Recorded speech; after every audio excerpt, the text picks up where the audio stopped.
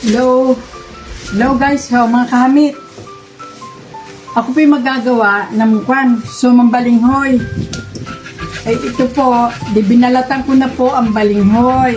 Ito po'y 2 kilong balinghoy na mabalatan. Ito po ini-RR ko na. Habang ini-RR po, ganyan po ang pag-RR, RR natin. Ito po ay 2 kilo. Ayan o. Ako po'y nabusan ng gloves. Ako naman po'y maghuhugas ng kamay. Malinis po ang kamay. Yung pipigain. Ganito po. Ito ay dapat pong pigain ganito. Pero ito dapat. Hindi ko masyado mapiga at naglulusutan. Dapat pigain ko ito sa nip. Ito po ay kailangan nasa nip. Kasi po, naglulusutan sa aking kamay. Ito kailangan ito ay pigang-pigang ganito. Oh. At ito po inaalis ang katas. Dahil ang katas po nitong balinghoy na ganito ay mapait. Para masarap ang sumang balinghoy, inaalis po ito. Ito po ay ating pipigain lahat.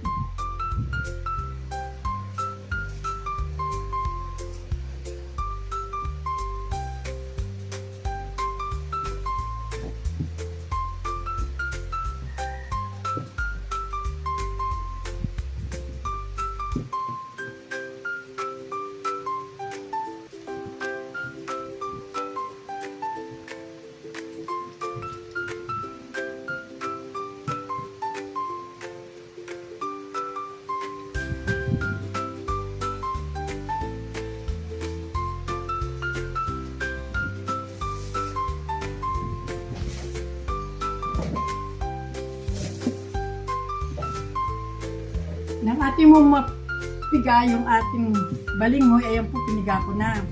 Ito po ang sabaw na naalis ko. Ito po ay dapat natin patiningin at kailangan yung kanyang krema na ay na maiwan sa ilalim at yung madilaw na tubig ay niaasit yun yung mapait. Habang tayo nagpapatining ng ating katas ng balinghoy, tayo po ay ating ito pong buko, oh.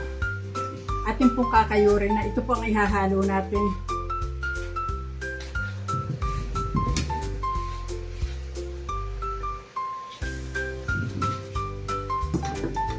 Ito na po ang ating buko na kinayod.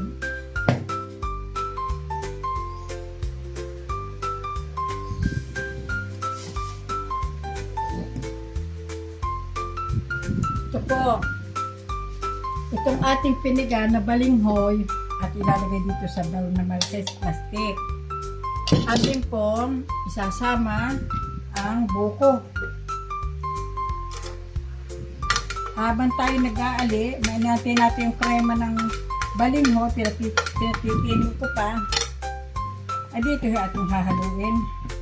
Kasama po ng balinghoy, yung buko.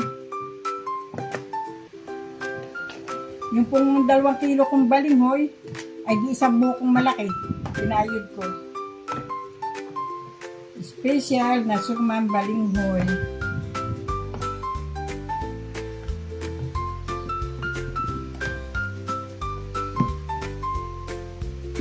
Lalagay po natin 1/4 na suwat.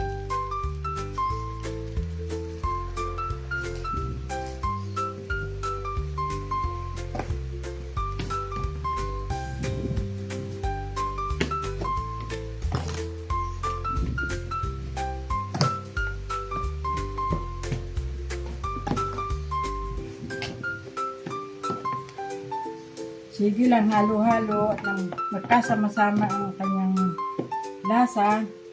Ito po ay lalagyan ng mga half teaspoon na salt. Ayan, iodized salt.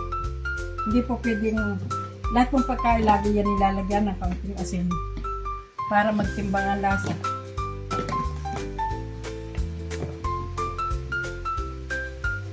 Po, sarap ito ating musumang balinghoy.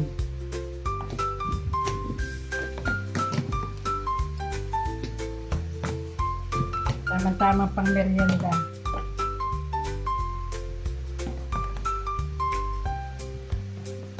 Tingnan nyo ba? Ito po, tingnan nyo, madilaw ang sabaw. Madilaw. Ito po inaalis. Ito pong aalisin na. Dito ko muna ilalagay sa baon ng buko. Yan o, inaalis ko. Pag naalis po yung dilaw ng balinghoy, yung katas ng balinghoy na madilaw, ito po natira o puting-puti. Ito muna baka matapon. Inalis po yung madilaw at yun yung mapait. Yung pong ating krema ng ng balinghoy at saka arimit. Nilagyan ko ng kaunting food color. At isang Alaska ibap na ganito. Kapalit nung inalis natin. Hindi pala ari. Condense pala ari. Ari pala iba. Ito ay ating ibabalik. Papalitan natin ito ang kapalit. Inalis natin madilaw na kanyang katas at yun yung mapait. Tapos, ito nilagyan ko konting food color para maganda ang kulay. Ay yellow. Yun yung ibap na gatas, di ating ihahalo doon sa krema para yung tumining na krema ng balinghoy. Ayan po. Yan. Yan. Tingnan nyo.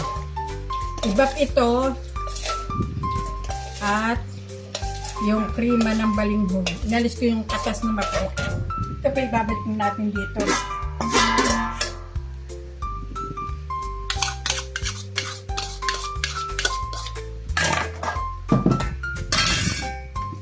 At yan ating hahaluin.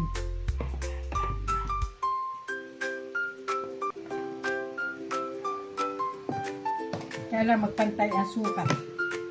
Ang kulay.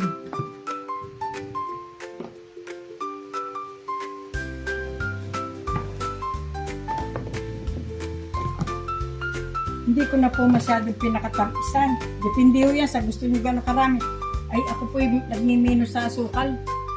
Dahil ayaw kong tumaas ng sugar. Bawal sa akin na matamis. Ay di kayo nang bahala kung gano'ng katamis ang gusto nyo. Halo ng halo hanggang sa magtimbang na ang kanyang kulay ay di pantay. Nakasama na dito ang buko, asukal, asin, gatas. I-steam ng 1 hour. Hindi mo nang pabulakin na steamer. Pag bumulak yan, pahinain nyo na lang isang oras. Ay, pinapahiran ko ng margarine ang dahon para hindi siya dumikit.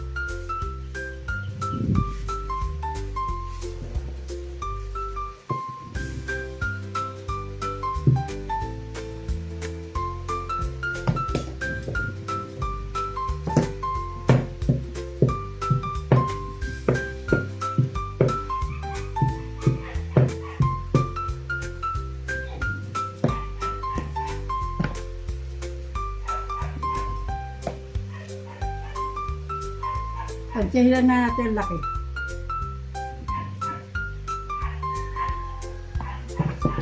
Tapos atin pong babalutin.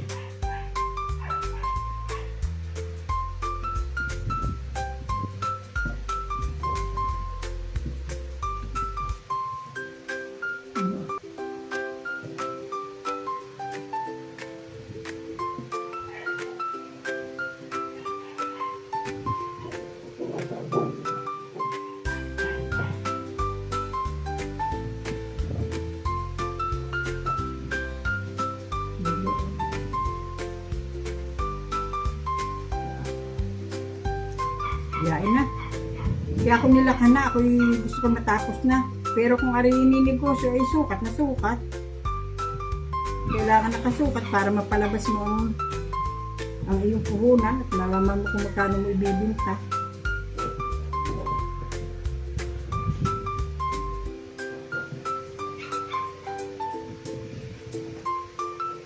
Ay, nako, salamat sa Diyos.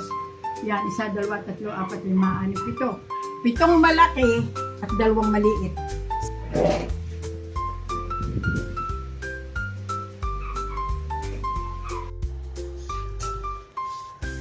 Yan po. Kumakain na po ako ng aking nilutong sumang balinghoy. Ayan po.